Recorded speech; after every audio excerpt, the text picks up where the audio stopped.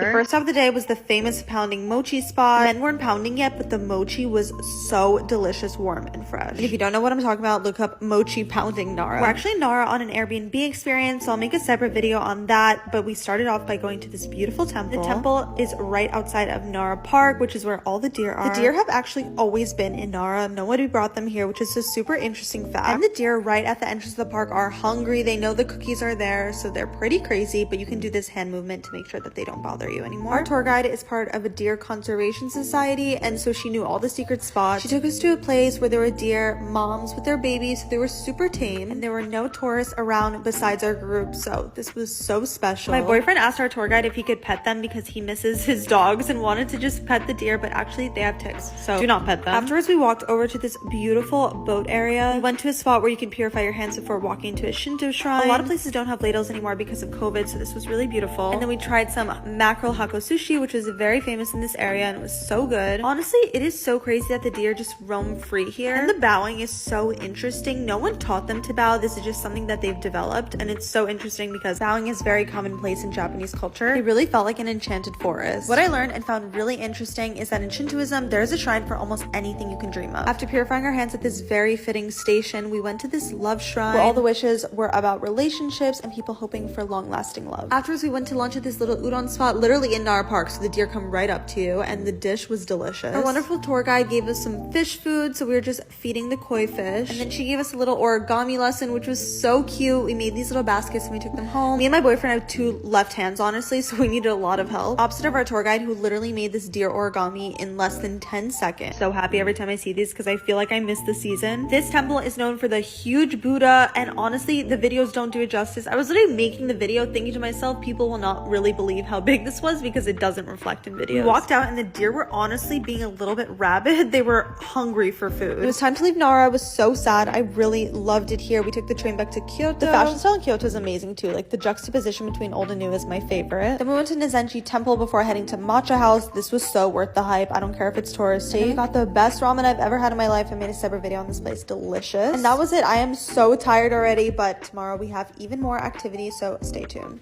Our tour guide took us to an izakaya behind the only bathroom in an alleyway full of 60 restaurants. But more on that story later. We started off the morning by going on our first 7-Eleven run of the trip. Why can we not have 7-Elevens like this in the US? We took our food to Ueno Park. The park is so beautiful. There's tons of street vendors and a temple as well. We found a place to eat our food, so let's get into it. Such a beautiful day, so we just explored the park. There was a lot of different stalls. There was this little monkey. I honestly felt bad for it. And then afterwards, we saw some cherry blossoms, so I was so excited. On the same note of 7-Eleven, the vending machines here are also amazing. Then we went to this area that I haven't seen much of on social media. It's called Yanaka. It's the old town of Tokyo. It's one of the few areas of the city that were sparred from the bombings of the Second World War. So a lot of the architecture is still very traditional. There's tons of shops and things to check out. I'll make a separate video on everything that I recommend. Then I went to Azuki Tokori. It's run by a Michelin star chef, and each kakigori is seriously a work of art and so delicious. Now on to the story time. We went on a food tour through Memory Lane. If you don't know, it's an alleyway with 60 different restaurants and izakayas, very traditional. He let us know our spot was just up ahead. We turned the corner and then suddenly I was in the bathroom and the restaurant was literally up the stairs, mid-pee, walking right past people. This alleyway is honestly pretty intimidating to tourists, so it was really cool to go with a tour guide. And it's one of the best foodie destinations in Tokyo, if not all of Japan. I'll make a separate video on this tour because honestly, I think it was